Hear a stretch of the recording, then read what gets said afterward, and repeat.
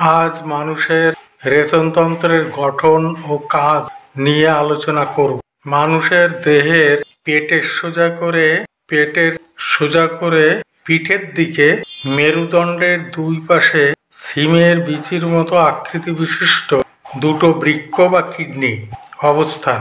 মানবদেহের পৃষ্ঠদেশে এই নীল রঙের পৃষ্ঠ শিরা এবং পৃষ্ঠ ধমনী, এখান থেকে দুদিকে দুটো বৃক্কে রেনাল ধমনী এবং রেনাল শিরা বৃক্কে প্রবেশ করেছে। দুদিকে দুটো বৃক্কে প্রবেশ করেছে এবং বৃক্ক থেকে গোবিনী।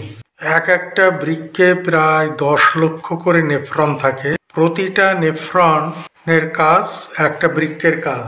নেফ্রন ছাঁকনি যন্ত্র রক্তকে ছেঁকে রেচন পদার্থগুলোকে আলাদা করে মূত্রের সঙ্গে এই গোবিনী, দুদিকে দুটো গোবিনী নিচের দিকে নেমে গেছে বৃক্ক থেকে। এই গোবিনী পথে উৎপন্ন মূত্র, এই মূত্রথলিতে এসে জমা হয় এবং মূত্রথলি থেকে এই মূত্র নালীতে এখানে যোগ রয়েছে এবং মূত্র নালী দিয়ে মূত্র নির্গত হয়। মূত্রনালী এবং মূত্রথলির সংযোগ স্থলে এখানে স্ফিংটার পেশি থাকে। এই স্ফিংটার পেশির সাহায্যে নিজের ইচ্ছা অনুযায়ী মানুষ মূত্রত্যাগ করতে পারে। মানুষের পেটের সোজা করে মেরুদণ্ডের দুই পাশে সিমের বিচির মতো আকৃতি বিশিষ্ট দুটো বৃক্ক রয়েছে, বৃক্ক বা কিডনি। আর এই পৃষ্ঠ ধমনী এবং পৃষ্ঠ শিরা, রেনাল ধমনী এবং রেনাল শিরা বৃক্কে প্রবেশ করেছে।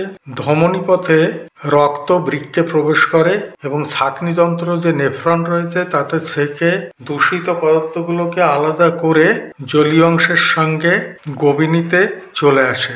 উভয় বৃক্ক থেকে এই গোবিনী পথে মূত্র এসে এখানে মূত্রথলিতে জমা হয়। মূত্রথলি বা মূত্রাশয় বলা হয় এটাকে।